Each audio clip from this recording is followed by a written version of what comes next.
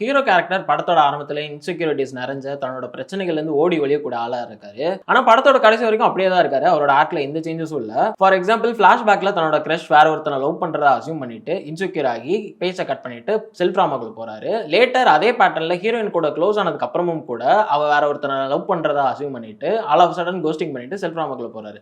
இந்த பாயிண்ட்ல இவ்வளவு நேரம் ஸ்பெண்ட் பண்ணி பாஸ்ட் லவ் கிரஷை தேடி போய் கன்ஃபஸ் பண்ணி தன்னோட மிஸ்டேக்ஸ் என்னன்னு தெரிஞ்சுக்கிற கான்செப்டே பாயிண்ட்லெஸ்ஸா ஃபீல் ஆகுது. கிளைமேக்ஸ்ல ஹீரோ அழுகிறது அந்த கேரக்டருக்கும் செட் ஆகல, அந்த சீன்ல எமோஷன்ஸும் ஒர்க் ஆகல. ஹீரோவோட இன்செக்யூரிட்டி எந்த அளவுக்கு டாக்ஸிக்கா போகுதுன்னா, ஹீரோயின் தூங்கிட்டு இருக்கும்போது அவ போனை எடுத்து யார் கூட சாட் பண்ணியிருக்கான்னு செக் பண்றாரு.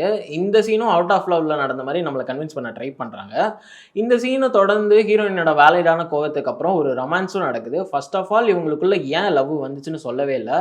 குறிப்பா ப்ராக்ரெசிவா யோசிக்கக்கூடிய ஹீரோயினுக்கு எப்படி இவன் மேல லவ் வருதுன்னு சொல்லவே இல்லை. அங்கங்க சில நல்ல சீன்ஸ் வந்துட்டு போகுது. அதுல சில சீன்ஸ் ரீல்ஸுக்கு ஒர்க் அவுட் ஆகும்னு நினைச்சு கான்சியஸா எழுதுன மாதிரி இருந்தது. படத்தோட ஃப்ளோல பிளெண்ட் ஆகல. ஸ்கூல் லைஃப் முடிச்சு பல வருஷத்துக்கு அப்புறமும் கூட எக்ஸை தேடி கண்டுபிடிக்கிற ப்ராசஸ் ரொம்ப ஈஸியாகவும் கன்வின்சிங்காகவும் இருக்கிற மாதிரி காட்டியிருந்தாங்க. ஹீரோவும் அவரோட பழைய கிரஷும் மீட் பண்ணி பேசிக்கிற சீன்ல ஹீரோவை விட ஹீரோயின் ரொம்ப எக்ஸைட்டடா இருக்காங்க. அவங்களை மீட் பண்ணி பேச வைக்கிறதுக்கு ரொம்ப எஃபர்ட்டும் போட்டிருக்காங்க. எதுக்காக இதெல்லாம் பண்றாங்க, இவங்களுக்கு வேற எதுவும் ஃபெட்டிஷ் இருக்கான்னு சந்தேகம் வருது.